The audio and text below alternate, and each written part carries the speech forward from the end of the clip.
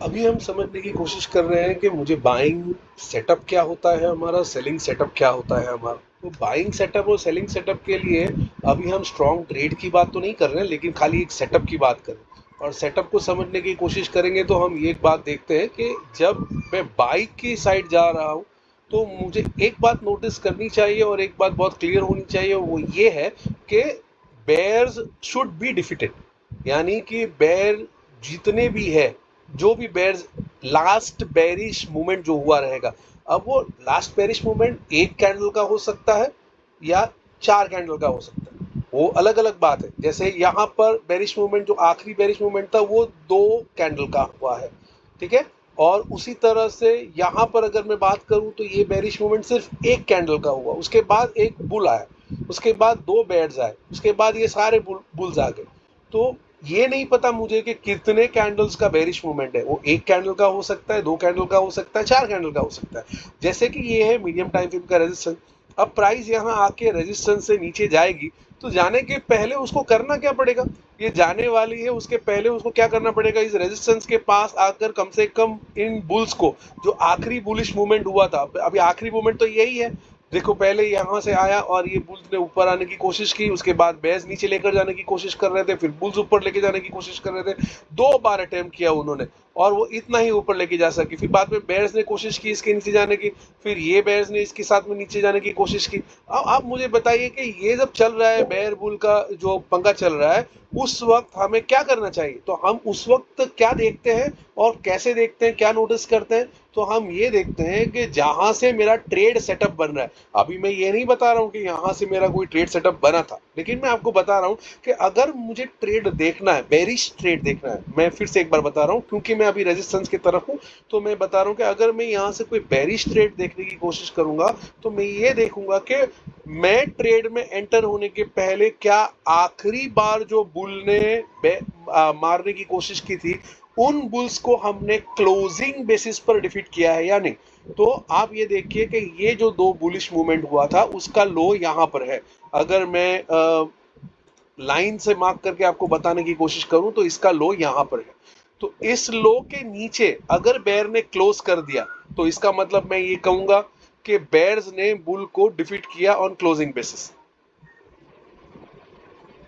अब आप मुझे एक बात समझ में आ रही है मुझे कि यहाँ पर वो हम नहीं कर पाए, ठीक है।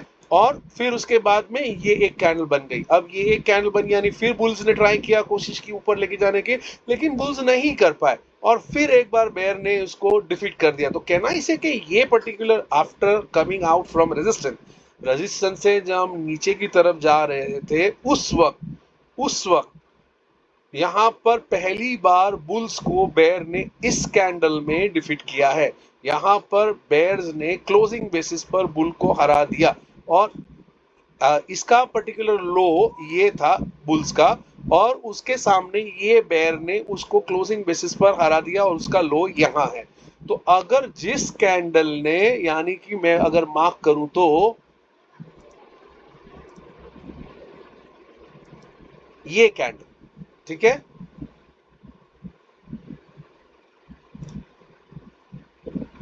ये कैंडल, तो ये जो कैंडल है, इस कैंडल ने इस पर्टिकुलर बुल्स के जो आखिरी बुलिश मूवमेंट था उसको डिफीट किया ऑन क्लोजिंग बेसिस, ठीक है। और इस कैंडल के लो पर अगर लो जाएगा, अगर लो जाएगा तो मैं शॉर्ट करने की कोशिश करूंगा, ठीक है। क्यों? क्योंकि प्राइस रेजिस्टेंस से आई है। अच्छा, ऐसा हर बार करना है नहीं करना, और ये भी हमारा ट्रेडिंग सेटअप नहीं है, लेकिन हम सिर्फ ये देखने की कोशिश कर रहे हैं कि क्या ऐसा हुआ है कि भाई अगर बुल्स ने बेयर को डिफीट कर दिया तो बुलिश हो सकता है, बेयर्स ने बुल को डिफीट कर दिया तो बेरिश हो सकता है। इतना सिंपल कैलकुलेशन है। लेकिन क्लोजिंग बेसिस पर डिफीट करना चाहिए और उस कैंडल को हम सिग्नल कैंडल बोल सकते हैं या ट्रेडिंग ब्रेकआउट ब्रेकडाउन कैंडल बोल सकते हैं।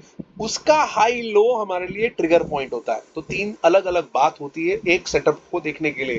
पहला, अगर आप बेरिश साइड में देख रहे हैं, बेरिश साइड में देख रहे हैं, तो बुल्स को जो भी एक कैंडल होता, मैं आपको एग्जांपल दिखाता हूं ताकि आपको समझ में आए कि एक बुलिश कैंडल को कैसे डिफीट करते हैं। जैसे यहां पर आप देखेंगे तो आप देखिए कि यहां पर क्या हुआ था, अब यहाँ पर 1 2 3 4 5 5 बुल्स ने यहाँ पर प्राइस लाकर इस पर्टिकुलर जोन में आने की कोशिश की। 1 2 3 4 4 बेयर्स ने एक साथ में इसको हराने की कोशिश की, यहाँ से नीचे लेके जाने की कोशिश की, लेकिन वो कर नहीं पाए। कर पाए क्या? एक साथ में ये पूरी फैमिली चली थी और उसका लो यहाँ है। तो अगर इसका लो जब तक डिफीट नहीं होगा क्लोजिंग बेसिस पर, तब तक तो मैं ट्रेड नहीं कर सकता। तो ये बेरिश मूवमेंट फेल हो गया क्योंकि ये इसको डिफीट नहीं कर सके। उसके बाद नए बुल्स आए। अब हम यहाँ से रेजिस्टेंस जोन को छू कर टच करके बाहर जा रहे थे, तो नए बुल्स ने बोला कि अरे तू क्या बात करता है, मैं नीचे नहीं जाने दूंगा, मैं तो ऊपर ले जाऊंगा। तो नए बुल्स ने कोशिश की, ये बुल्स की कहानी पूरी हो गई, इसके साथ में ये बेयर्स लड़कर खत्म हो गए। अब यहाँ नए बुल्स आ गए और नए बुल्स ने यहाँ से लेकर जाने की कोशिश की। 1 2 3 बुलिश कैंडल बनी और उसके सामने फिर बेयर्स ने कोशिश की 1 और 2 बार नीचे लेके जाने की। तो ये नई फैमिली है बुल्स की, इसको भूल जाइए। बीच में रेड कैंडल बन गई, मतलब अब इस इन ग्रीन कैंडल की कोई जरूरत नहीं है। और ये यहाँ पर इसका लोएस्ट लो है, इन तीन बुल्स की फैमिली का लो ये है, लेकिन ये बेयर उसको हरा नहीं सके। अब जब ये बेयर हरा नहीं सके तो ये दोनों को आप भूल जाइए, इस बुल को और इस बेयर को। अब नया बुल अपनी मेहनत करने की कोशिश कर रहा है ऊपर लेके जाने की, और ये अकेला है, और इस अकेले को इस पहली कैंडल ने क्लोजिंग बेसिस पर डिफीट कर दिया। अगर इस कैंडल ने इसको क्लोजिंग बेसिस पर डिफीट कर दिया, मतलब ये जो कैंडल है ये मेरा हीरो कैंडल बन गया, ये मेरा जो कैंडल है वो मेरा हीरो कैंडल बन गया।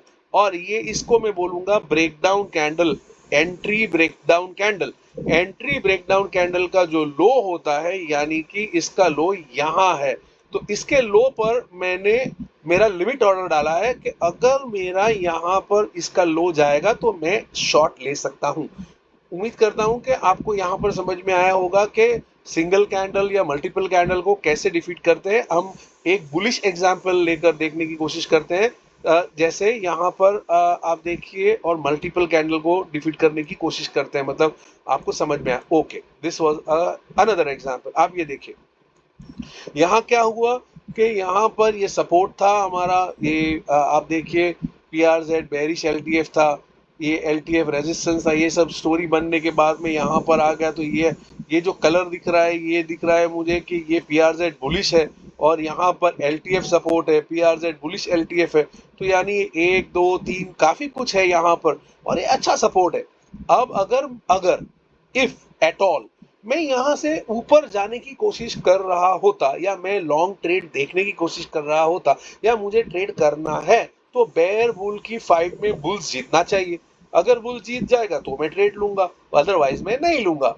ठीक है, तो ये देखिए कि सपोर्ट पर ये एक बेरिश मूवमेंट था, ये एक बेरिश मूवमेंट था। दोनों ने ये बेरिश मूवमेंट कोशिश, पहले यहाँ पर ये सिंगल बेयर ने कोशिश की इस पर्टिकुलर जोन को टच करने की, नीचे लेके जाने की, लेकिन नहीं ले जा पाया।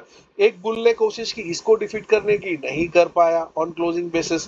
फिर ये 2 कैंडल ने कोशिश की उसको नीचे लेकर जाने की, और जितना भी लेकर गए, फिर बुल्स यहाँ पर एक्टिव हुए। फिर 1 बुल 2 बुल 3 बुल, ये तीन बुल ने मिलकर इन दोनों बुल को क्लोजिंग बेसिस पर, इसका हाई जो था वो यहाँ पर था, यहाँ पर था, और इसके हाई को इस पर्टिकुलर कैंडल ने क्लोजिंग बेसिस पर डिफीट कर दिया। तो मेरे लिए ये जो कैंडल है, ये कैंडल मेरे लिए हीरो कैंडल बन गई। या इस कैंडल को मैं ऐसा बोलूंगा जिसने बेयर्स को हरा दिया, इसको मैं बोल सकता हूं कि मेरी लॉन्ग एंट्री के लिए एंट्री ब्रेकआउट कैंडल है, और इसके हाई पर मुझे एंटर करना चाहिए, यहाँ पर मुझे लॉन्ग ट्रेड लेना चाहिए। अब ये लॉन्ग सेटअप है या नहीं, मैंने ऐसे नहीं कहा, मैं अभी तक सिर्फ आपको ट्रेड सेटअप समझा रहा हूँ कि जब भी मुझे लॉन्ग लेना है, इस बात का ध्यान रखना है कि क्या बुल्स ने बेयर को डिफीट किया है क्लोजिंग बेसिस पर।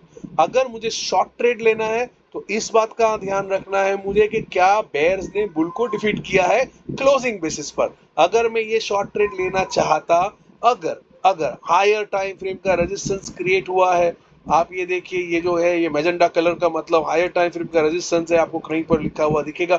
मीडियम टाइम फ्रेम का रेजिस्टेंस ऑलरेडी था, और वहीं पर ये हायर टाइम फ्रेम का रेजिस्टेंस, देखिए हायर टाइम फ्रेम का रेजिस्टेंस है, यहाँ पर देखिए हायर टाइम फ्रेम का रेजिस्टेंस ऑलरेडी क्रिएटेड है, और वहां से प्राइस नीचे जाने का हायर टाइम फ्रेम हमेशा रिवर्सल दे सकती है, हमेशा हम ये सोचते हैं। तो हायर टाइम फ्रेम के रेजिस्टेंस के अंदर प्राइस थी और वहां पर आप देखिए कि क्या हुआ। तो यहाँ पर आप देखिए कि ये बुल्स ने अंदर एंटर करने की कोशिश की। ये एक बुलिश कैंडल है, यहाँ पर इसने बेरिश मूवमेंट दिया। इस पर्टिकुलर सिंगल कैंडल को हमने क्लोजिंग बेसिस पर डिफीट कर दिया। इसी कैंडल को हम हीरो कैंडल बोल सकते हैं।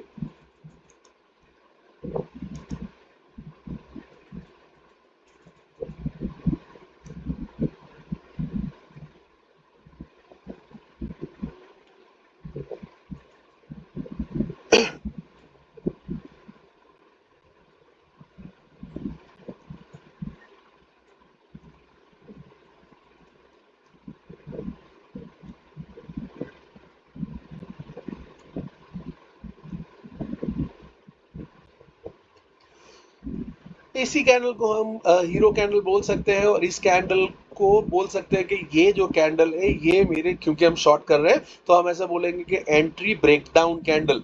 एंट्री ब्रेकडाउन कैंडल का मतलब जिसने आखिरी बुलिश मूवमेंट को डिफीट किया क्लोजिंग बेसिस पर। और इस पर्टिकुलर कैंडल का जो लो है ये मेरा ट्रिगर पॉइंट है, और अगर इसका लो लिमिट ऑर्डर डाल दूंगा और यहाँ से जैसे ही ये ट्रिगर करेगा मेरा शॉर्ट ट्रेड बन जाएगा। ठीक है, तो इस तरह से हमें शॉर्ट ट्रेड देखना है और लॉन्ग ट्रेड कैसे देखना है, जब भी देखना है तब। अभी मैंने आपको कब देखना है ये नहीं बताया है, यहाँ सिर्फ ये बताया है कि शॉर्ट ट्रेड देखने के लिए किन पॉइंट्स को ध्यान रखना है और लॉन्ग ट्रेड देखने के लिए किन पॉइंट्स को ध्यान रखना है। किसे हीरो कैंडल मान लेंगे, किसे हम ब्रेकडाउन एंट्री ब्रेकडाउन कैंडल मान लेंगे और किसे हम entry breakout candle. Breakout candle का मतलब होता है लॉन्ग के लिए हीरो कैंडल होता है, ब्रेकडाउन कैंडल का मतलब होता है शॉर्ट के लिए हीरो कैंडल होता है। तो हमें एक हीरो कैंडल देखने की जरूरत होती है, उसके लो या हाई पर हमें ट्रेड लेना होगा।